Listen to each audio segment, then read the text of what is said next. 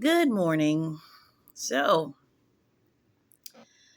it is starting the 24 hours, or no, I gotta be more than 24 hours. Um, the 36-hour high Rapture Watch DEF CON 1 moment. Um, so yeah, I would be remiss if I didn't try to make at least one more video trying to get this thing across to you guys. And listen, it's really dawning on me, or not, I'm really just compelled about this whole situation. Sorry, I got you see how much I wear headphones? It's like totally jacking out my ears, but I don't care. Um, so yeah, there's a really, really high possibility that there's going to be a rapture tomorrow. Like, I'm pretty convinced of it. And am I roaming the streets telling people or, yelling and telling everyone in the neighborhood? No, I'm not. Should I be doing that? I don't know. Does it display a lack of faith if I don't do that? I don't know. I've made a couple of game plans. I was up all night really thinking about it. um, Last minute things that I might do. Um, just getting myself prepared. And see, the real tragedy of not believing is not doing the necessary things to get yourself prepared in case it might be true. Because then it comes on you and then you don't have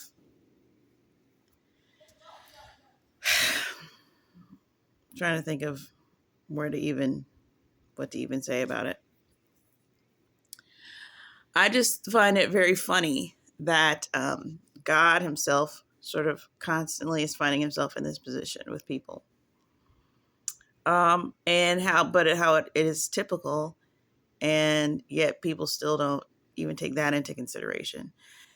It's really revealing the level of faith people have or don't have, I guess, because anytime it's almost like anytime God literally talks, people just go, nah, no. So you've got this pattern where Jesus tells humans things, and the humans go, no, no. And he's like, I'm the Son of God. They're like, no. Everything that God says that is just truth and regular, when he's at home, he's just talking and it's just regular. When he comes here, it's like everything starts a dumpster fire when he says anything true. It's like he can barely make it out alive. Like, that's the pattern, guys. Anytime, when he was just walking around saying things in parables, healing people, keeping things under wraps, he would get some intrigue, he would get some questions, he would get some people wanting stuff from him. um the usual. But anytime he said, before Abraham was, I am, or when he said, um you know when they asked him, are you the Son of God, and he said that he was, and they would see him on the clouds, coming on the clouds of fire, it was a wrap. It was a wrap. It was weeping, it was gnashing of teeth, it was people trying to kill him, and he had to slip away quietly until it was time for him to get crucified, and then they really just unleashed the whole thing on him. So here we are again, Jesus saying something in plain language to someone. And even in terms of rapture date lore, this is very different. Because this isn't first of all, a lot of those other dates, they were known months in advance.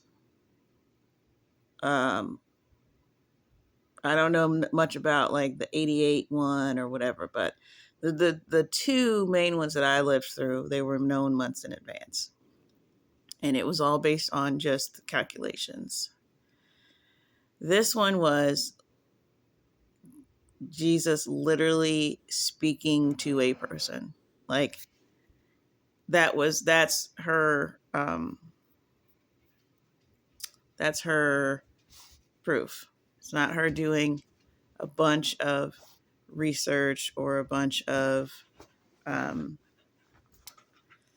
a bunch of having a bunch of support for it and God having to come and co-sign the support. This is her just saying, hey, he told me, because he knows it, because it's close enough now. And now it's like, it's not months in advance. It is a week in advance. I mean, how long should God wait to tell you? Like, not even that. Okay, so the idea is that you're never, it's going to be just pop quiz. Like, he's never going to tell you. That's what most people, if they, okay, the dog just came and got a shoe out of my room. Oh, it's not mine. I don't care. um, if they believe that it's going to happen at all, it's going to be a pop quiz. And it just dawned on me, like, more tidbits that I'm getting, just big chunks of knowledge that I'm getting. The reason why people think that,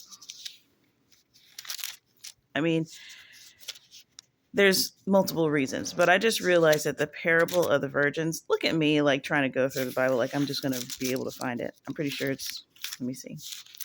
How well do I know my word? I think it's, let me try Matthew. That seems like the most, yeah, there it is. All right, so I'm pretty good. Okay. So this parable of the 10 virgins, I'm walking through my kitchen and I'm realizing that when he tells this parable, we don't get, at a certain point, we don't get the point of view of the 5 wise virgins.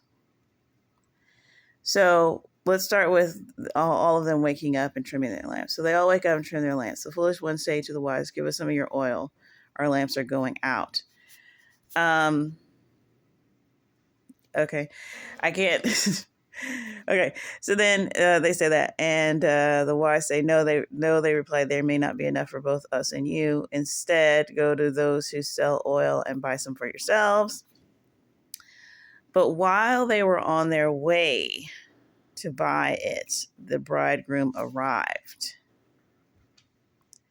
The virgins who were ready went in with him to the wedding banquet, and the door was shut. So it doesn't say, it leaves the wise virgins' perspective. So I'm pretty sure the wise ones, though, saw him coming.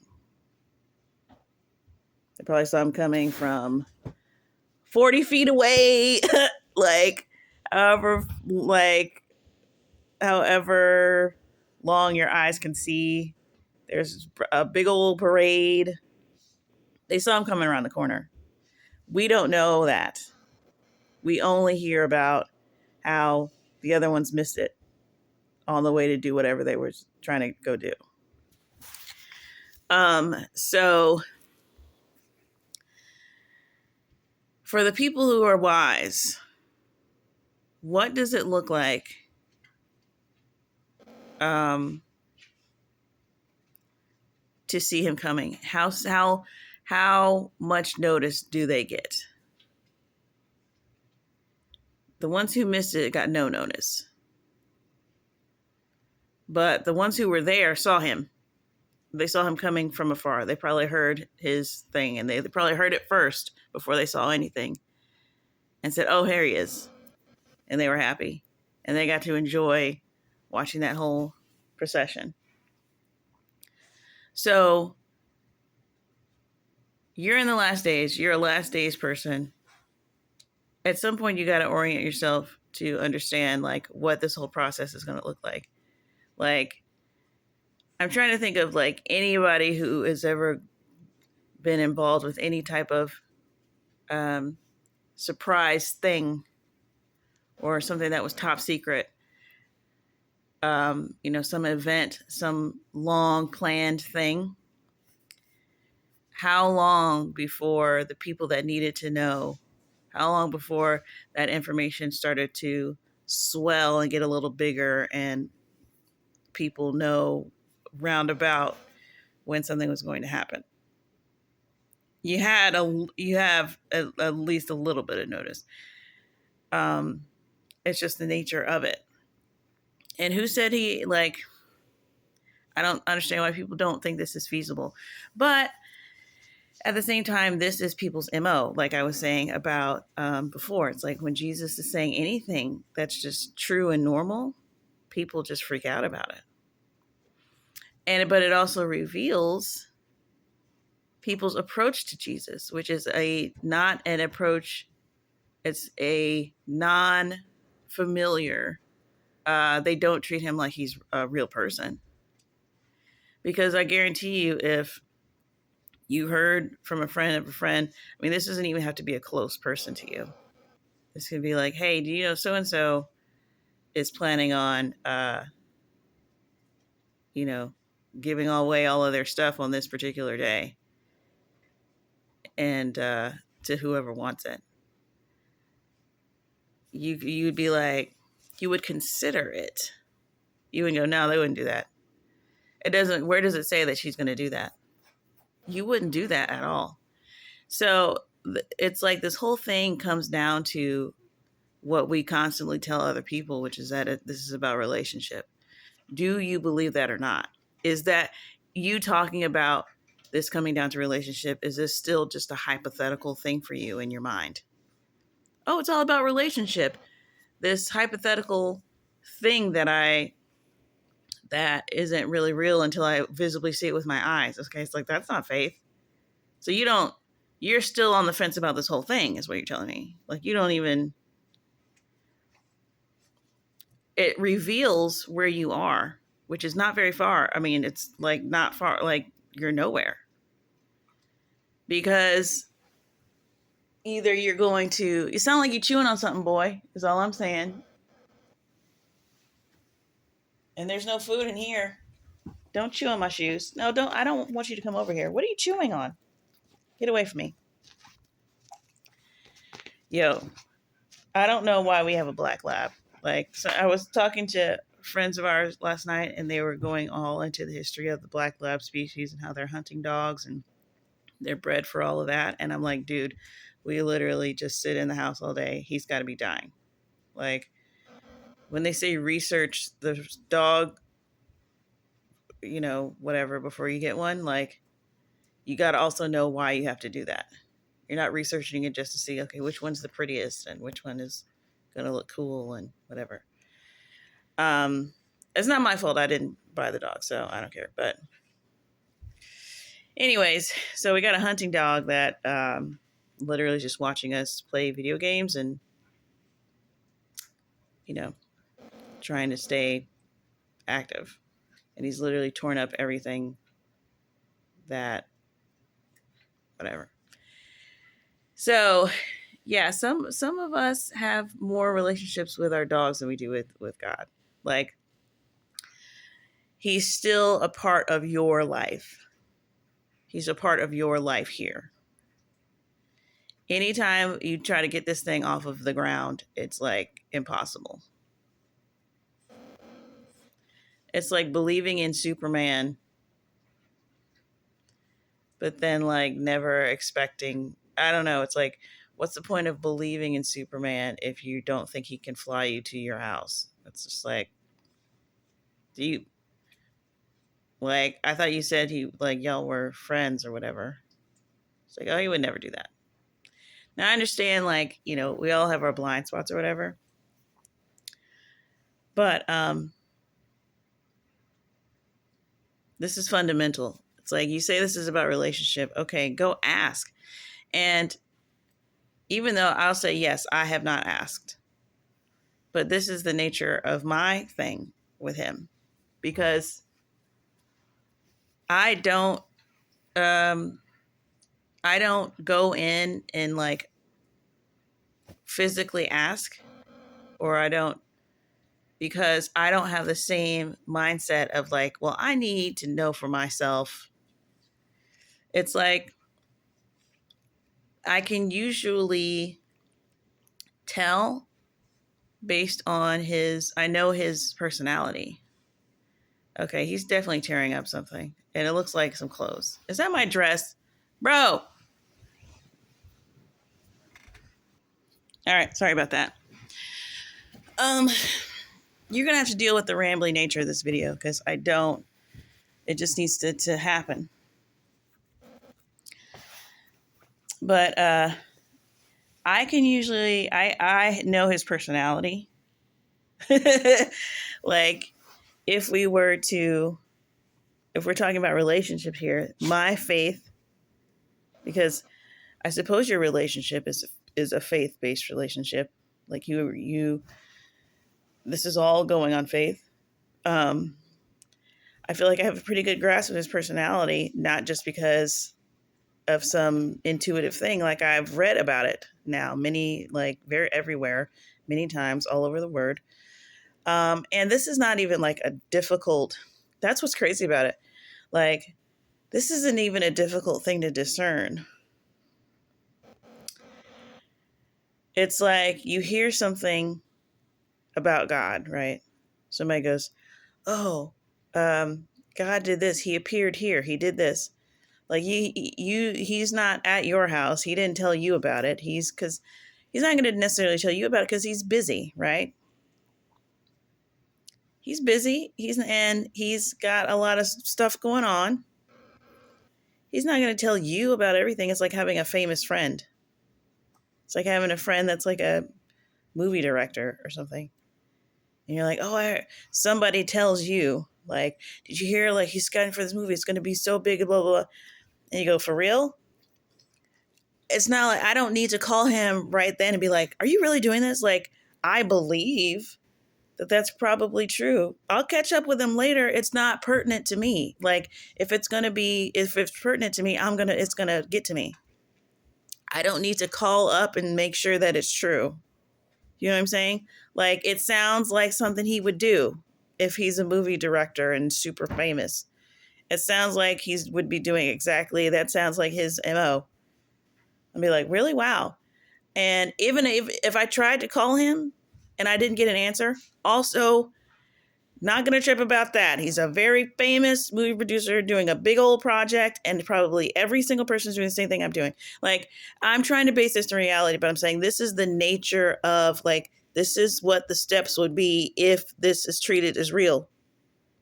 Just like you treat reality as real here, and it's not even as real as realness. Like, this place isn't even as real as the real. And you're not even giving God the same respect you would to this filthy place. Just because your senses are, and I think we talked about how your senses are probably spiritual. So you're being tricked into not taking the unseen things for as now I'm hearing crunching. Hold on. All right, I had to move outside because he's totally making me nervous inside. He's super cute. You're a cute boy. Look. Ow. Ow. Stop. No. You're a good boy. Look how massive he is. He's literally like 5 months old, you guys. I know, he's a monster. He's 5 months. Months. Anyway. So, sorry, he's cute. So yeah, like, a good way to know if you are are really in a relationship with God or have a relationship with God is if you're going through the regular steps of a normal relationship with a relationship. Like, we do a lot of, he's your brother, he's your best friend, he sticks closer than a brother. Okay, but seriously though, he's a prominent person. Okay, so it's like having a relationship. Yeah, he's your brother. Yeah, he's your savior, he's your Lord, and all of these esoteric things, but he's a very prominent guy. So it would be natural for your relationship to be on this side of heaven. You have just the basic, if you don't have a skeleton of a basic relationship with what would be with a prominent person, someone that you can talk to, and I'm not talking about like in your inner, like, of course, every time you pray, he's right there. Every time you do whatever, he's right there. But he is real. So how does he really move in the world? Yeah, sometimes he's going to move in the world in a humble way so that he can get around. But he is the most prominent person there is. Like, so if you have fostered a real relationship with God, there should be a type of energy. And I have seen almost zero people get to this place, or they get to it through intimacy. So the reason why I don't ask is because, no, I do not have the confidence of a person who, like, I just, in general, like, I don't have that confidence with anybody except for maybe like my mom, like, where I feel like I can call in the middle of the day and interrupt whatever she's doing.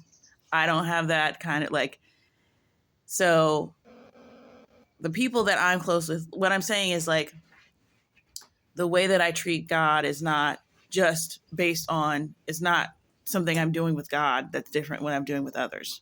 What I'm doing with God is what I do with everybody on this earth, with what I do with human relationships. So whatever is wrong with me is wrong with me across the board equally with everybody. It's not just I get to God and now there's this wall.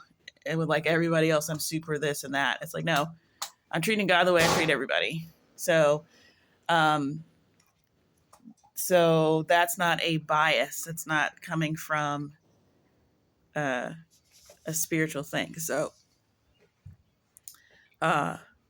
yeah, the people that get it because they have a real intimacy and a real, they have really spent time with God. I've spent time with God, and I feel like I know his personality. I know his nature. Just like I feel like I know the people around me and what they would do.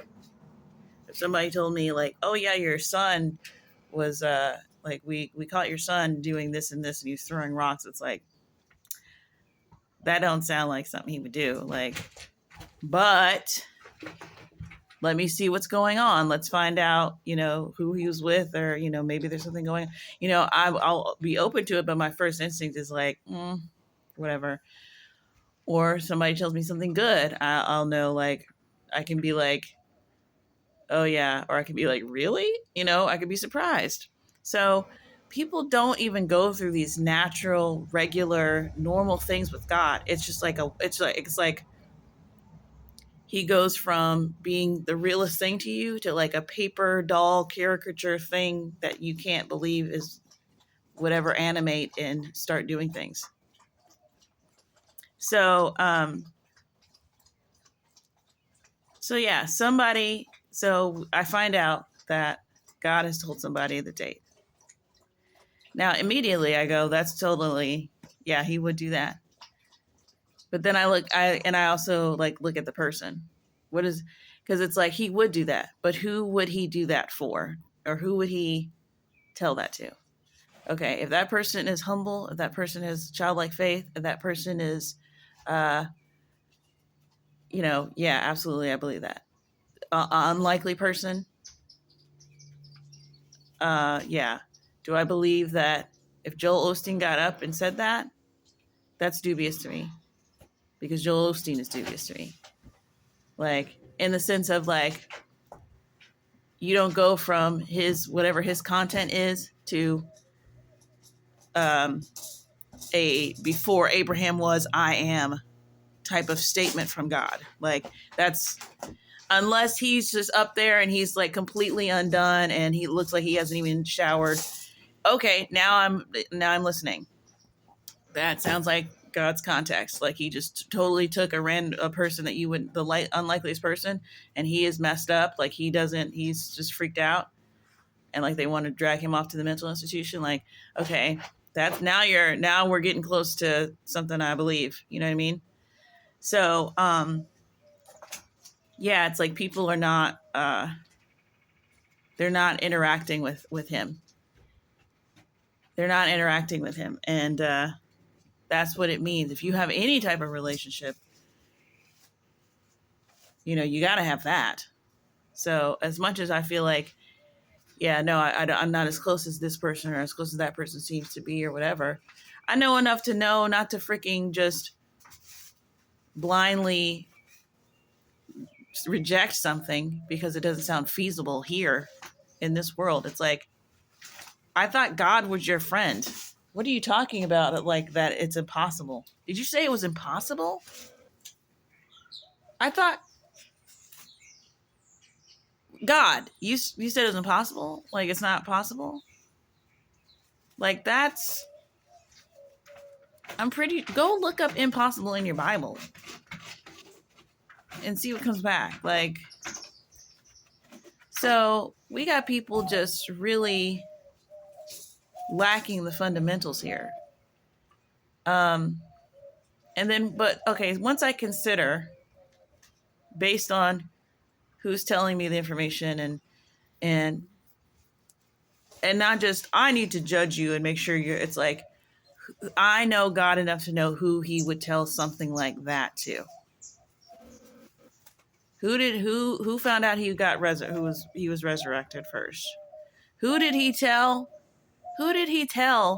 that Jesus was in a manger somewhere, that he had been born? Shepherds, guys. Shepherds out minding their business. Not the rabbis. He did not tell the rabbis. He did not tell the Sanhedrin. He did not tell the religious leaders. Okay? Shepherds. So that checks out. So I'm listening. So then I'm thinking about the nature of the information that I'm hearing. I'm like, okay, would God give a 7-day warning? Oh, he already has. Okay, well, we've already established that's a precedent of his. So, okay. And then you go, yeah, you spend your whole lifetime understanding the rapture in a certain way. Then you hear some new information and you go, well, yeah, maybe he would give us a heads up. He already did. He gave Noah a heads up. Yeah, maybe okay, so this could be the thing. And then there's a 3-day warning. And you're going, oh, and then you're like, wow, yeah, maybe the wise are going to get the information. The foolish virgins missed it on the way. They was on the way. That means, Lord of mercy. Like, he might have just, as soon as they went off to go, he probably showed up. Because he literally, like, he makes the point of saying on the way, while they were on the way to get it. So it's not like while they were coming back with the oil that they had, that which would also be very devastating. Thank goodness it doesn't say that. But it's bad enough. It's bad enough to be on the way and then, like, you just missed it. So there's part of that.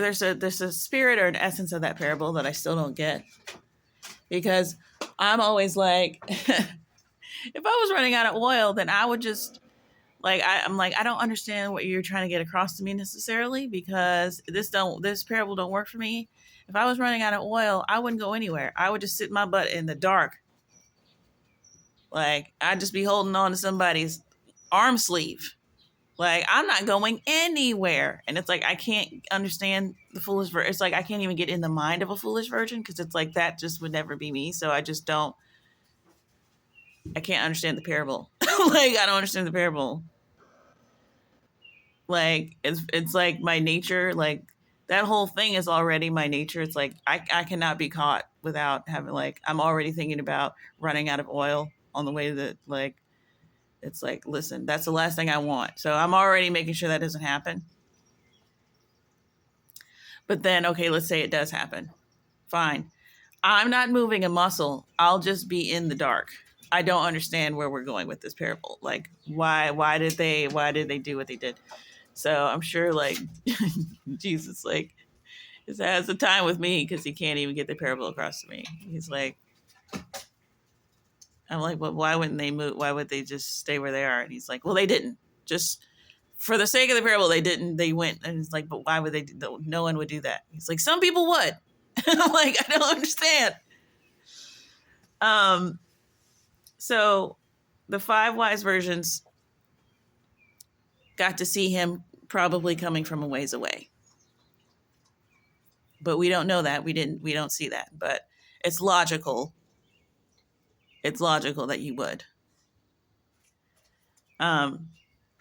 So to go from feeling like, oh, it's a pop quiz, no one's going to ever know. And it's almost like it's still in the same spirit as the post-trip people, even though it's a pre-trip thing, which is another human tendency. It's like, even though you still have faith to believe something, it's like, well, we don't believe in resurrection at all. It's like, well, we believe in resurrection, but it has to come after you do a bunch of you have to do the exact right stuff. And then you got somebody else that's like, well, we believe in resurrection and we don't think you have to do anything, but you have to have it's like, we're always putting stipulations on it. We still can't get in our brain the full thing of like, no, it's literally nothing that you can do. Well, you still have to, acknowledge that it's like, nope.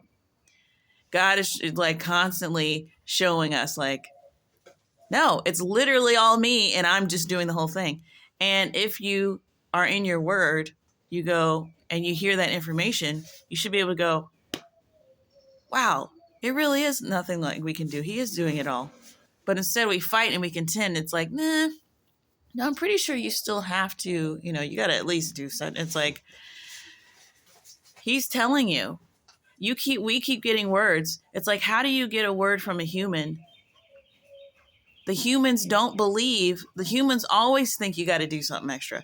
If God came down and told somebody, hey, God told me that a couple of you haven't done enough community service. And if you don't have any community service under your belt, people would be running to go do community service. They would believe that all day long. They would believe that all day long. So, really question the nature of what you don't believe. Is it really because you don't believe that God just like audibly speaks to people? Or is it the nature of the information that you don't believe? Because no one who's saying, like, the people who are saying, like, God told me, occasionally you'll get, actually, no, there's a lot of people falling for the God told me that there's going to be a new car waiting outside of your house tomorrow. And yeah, that's the classic trap. It's like, you really want that to be true, whatever. So you're like, I'm just saying, not everybody. We just think like, oh, haha, I'm not going to fall for that. I'm smarter than that. It's like, you're really not, though. Like, there's just some certain people that are going to fall for that. And that's just always how life is going to be. Like, you can't do anything about that. Just like the whole concert analogy, which I've been thinking about a lot. It's like, this is the nature of everything. Like, some people are going to be the first in line. Some people are not. They're all going to get into the concert. Some people are just going to be in the nosebleeds.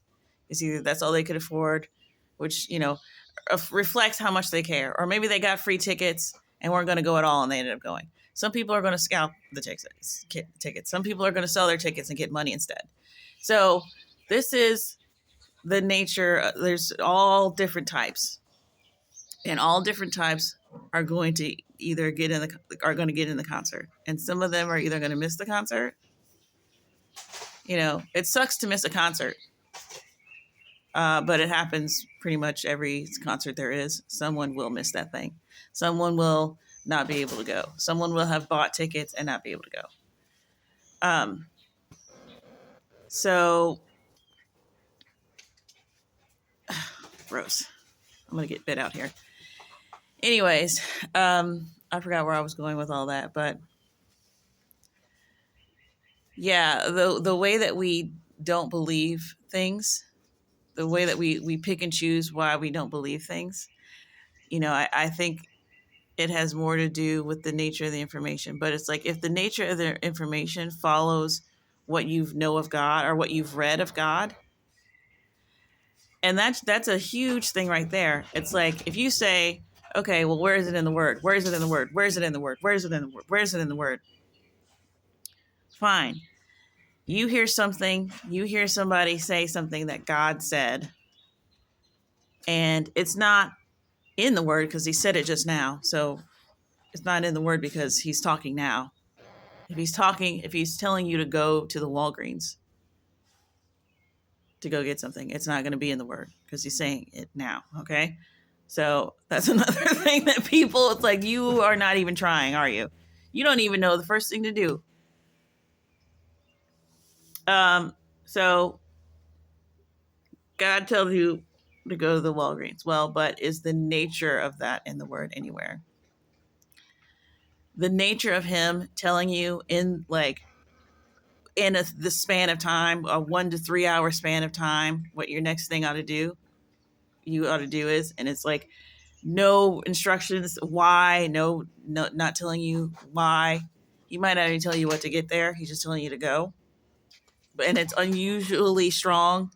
You like almost audibly heard that. It's like, of all the times that I heard God's audible voice, I heard go to Walgreens. And then you're so struck by it in the moment, you almost just do it out of honor because you're like, that's so amazing. Like, I just have to do it just to commemorate this moment. And it's like a whole different motivation that gets you to get up and go. Or maybe you decide, that's crazy. He would never tell me to do that. And then you hear it again. Okay, all of this is in God's nature. That's not only based on the Word, but that's based on hearing tons and tons and tons and tons and tons and tons and tons and tons and tons and tons and tons and tons and tons and tons and tons of sermons and testimonies and people of God talking about the nature of God. And also a couple of times in the Bible. But even the Bible isn't, I wouldn't say this is the best for that because it's all ancient, and it's like when the story was written down, it had already happened and everything had already been, whatever. It's not someone's personal story. So it's all like, and then God said, go ye therefore out into the blah, blah, blah, and I will blah, blah. And then they go, and you don't hear about the contention about it there. You don't hear the struggle necessarily unless we're talking about Jonah, which is like, you know what I'm saying? Like, so hearing, you get this information. So I know I got 10,000 hours of that, of just hearing stories about the nature of how God does things.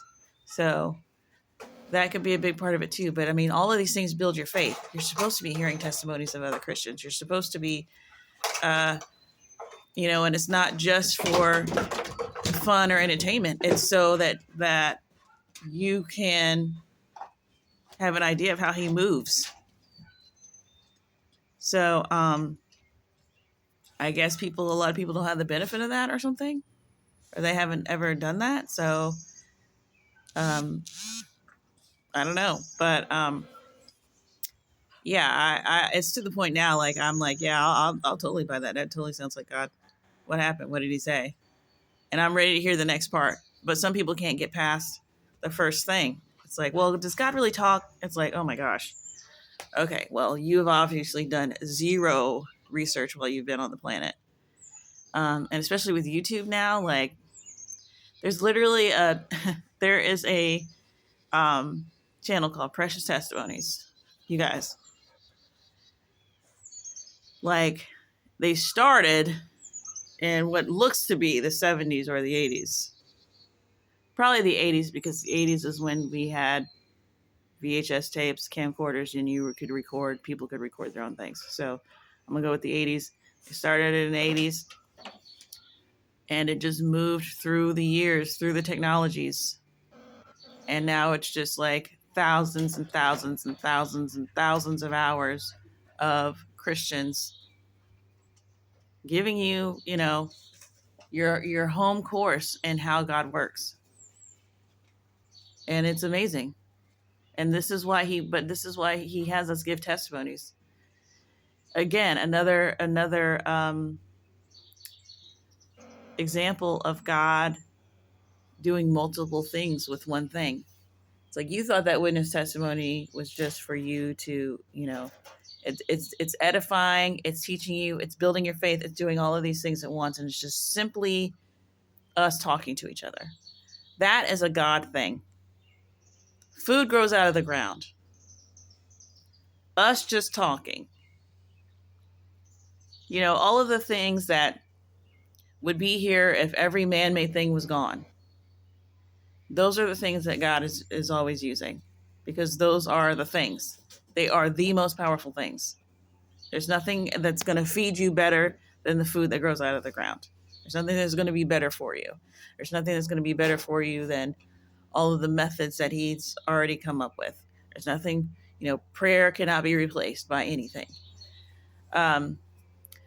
So stuff like that. But so it's getting long. I'm trying to wrap it up, but I'm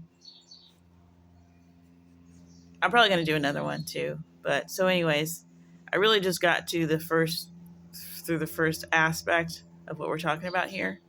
So maybe I will just cut it off and do another one and try to get my thoughts together in a semi-coherent way and start over, or not start over, oh my gosh, pick up from where I left off.